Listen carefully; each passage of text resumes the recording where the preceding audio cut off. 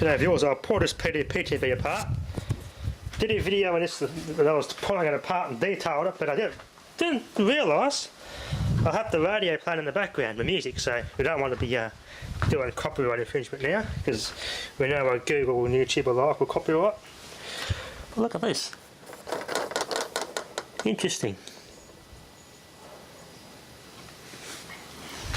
Very abrasive stuff. Look at that. Whew, that's an old one of the old screws I had in my battery there that I was repairing. That stuff is bloody hard to abrase. Sharpen a knife blade on that, I reckon.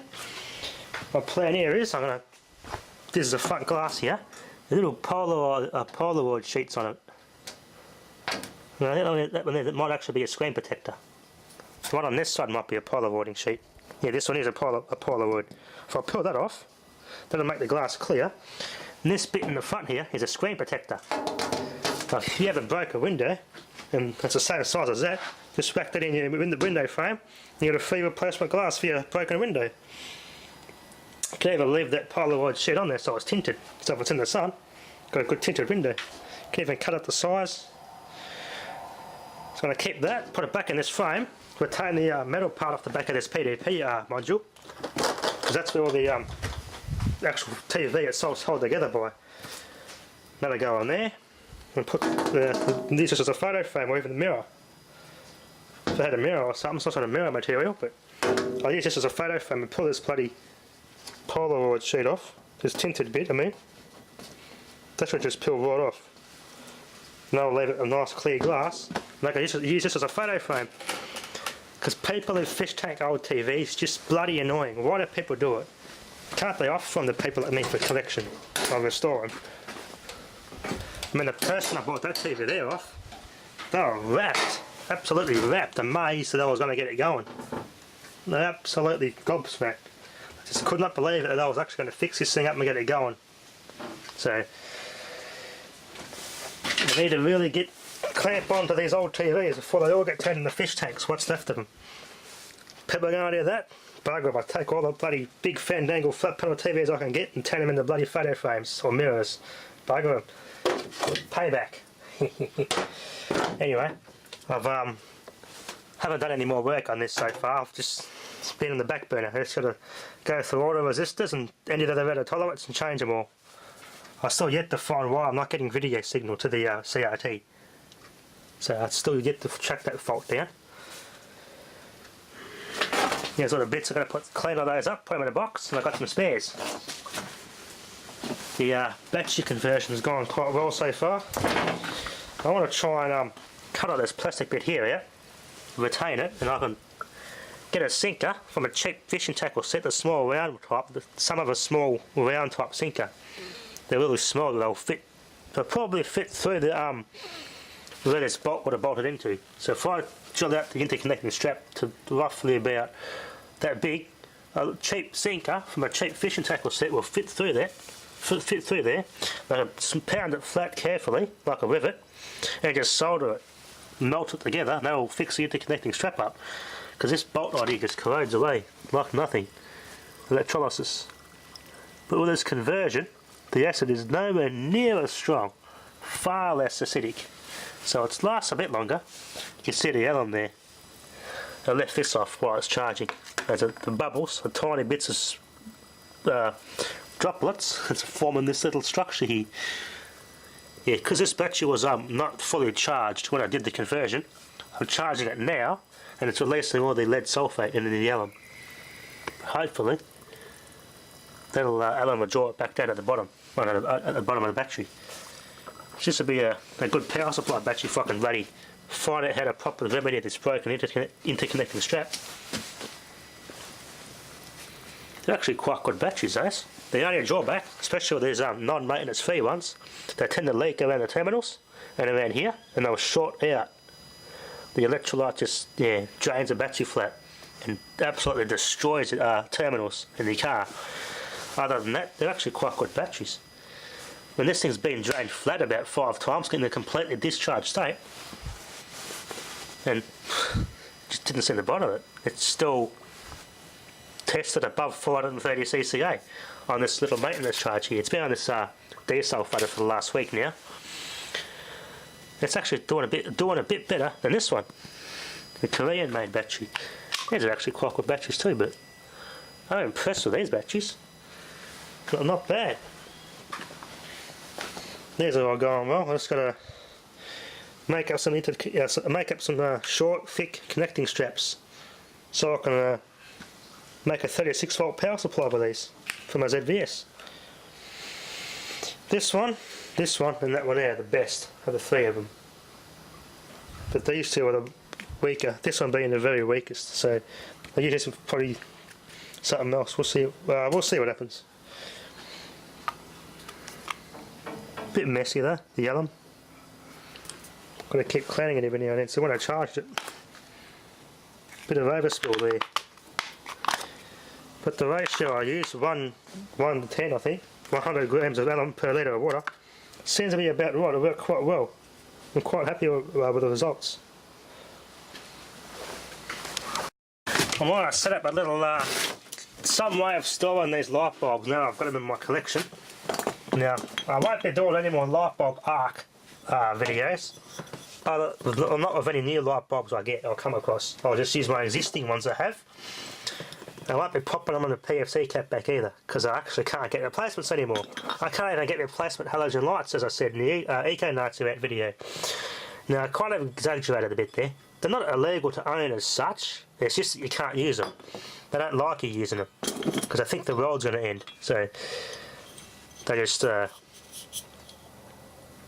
like them. These greeny Eco Nazis don't like incandescent bulbs. But the people we had, the bloody Indians, working on, I can't remember, Synergex Energy or something like Cyano Energy, or I can't remember the bloody name for the company, but Melbourne mob.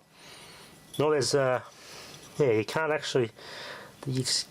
keep your old light bulbs. This was the first halogen light bulbs that came out. Just as soon as these incandescents stopped or phased out, these came on the shelf straight away. We bought this just as that happened. So this is Osram 60 watt halogen, made in Holland, I think. Hang on, I think it was actually made in Hungary, Hungarian made. That one is a nice old classic. It's the larger envelope type of light bulb too.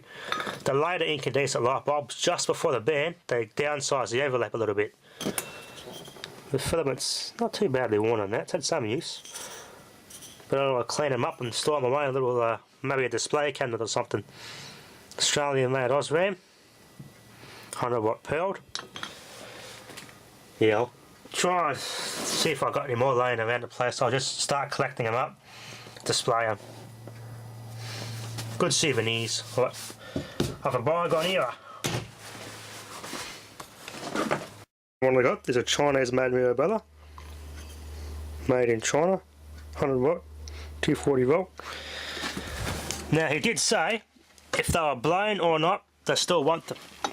You can't actually have them if they're blown or not. They'll still take them off you.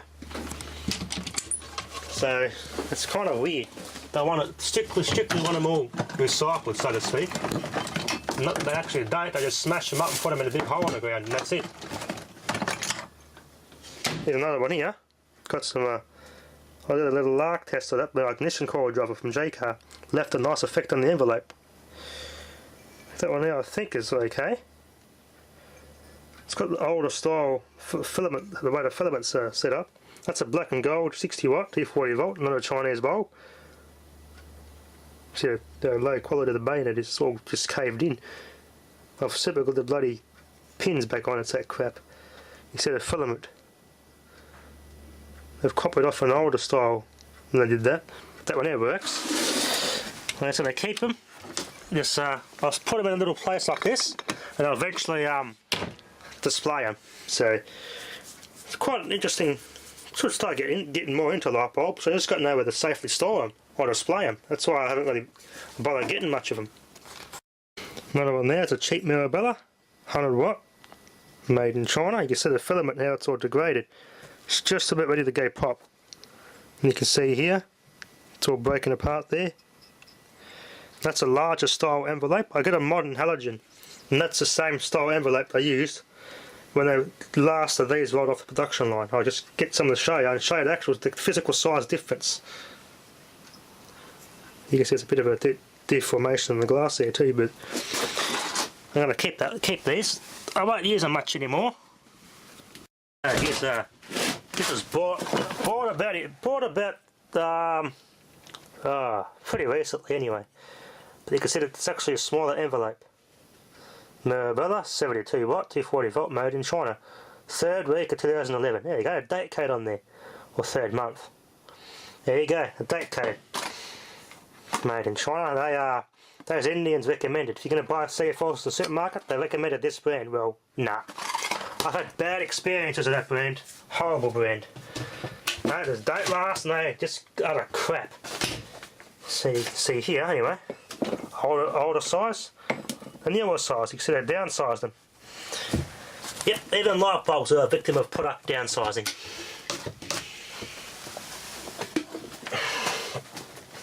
The halogen, you can see there, it's actually a bit smaller. They did have a thing in the box that showed an original and this new format they called it or something. I don't have a sample of a box to show you, but yeah, they did downsize light bulbs as well as every other product supermarket sold. Anyway, I'll have to find a way to store those light bulbs and keep them safe. Here's a good quality early halogen. And there's pretty much every halogen you could buy nowadays that has this little reinforcement clamp on it. Also this Hungarian made one just had that. If you tap these hard enough, that just snaps off. So it's a bit flimsy, and these are a bit stronger. Much more secure, but it's a cheap Chinese bulb, and some of these have gone to gas straight out of the box. As soon as I plug them in, poof, bang, blown. So that's how crap these Mirabellas are. But they reckon, those guy Indians said a month ago or something they stopped making them. So I'm going to have to probably buy some anyway from the supermarket, just for the hell of it. Just for collection's sake, if I get a chance before they stop selling them. Anyway, I'll put them there for now. Hopefully they'll keep. And I'll find some way of storing them. I'll probably get the actual original box these came in. Because these came in about an 8-pack. So that's how crap these bulbs are. You buy them in large quantities, as soon as they blow, bang, you get a good supply of them.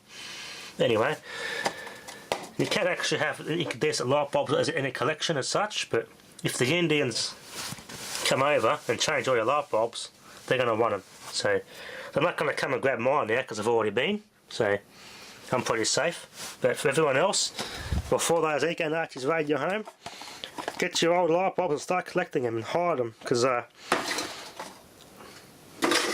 they're actually a dying breed, like the CRT TV. They're a dying breed. Just got to find somewhere to store their circuit boards now. Got some good spare parts.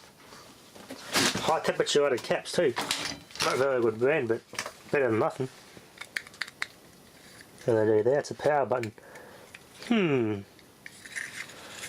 Looks like a pretty simple interface. Got a couple of eyes for the LED. And part of that's what flashes the LED for error code or malfunction code. Put that in the control box. Maybe hook this up to a PLC controller. With a TV power button and power indicator LED for a PLC controller. So that's pretty universal. Nifty. Could really use that. With capacitors, I'm pretty sure these boards here would have been the culprit there in that TV. Yep, 7 for the 2006. Anyway, find somewhere to put those spares. Anyway, for now, thanks for watching.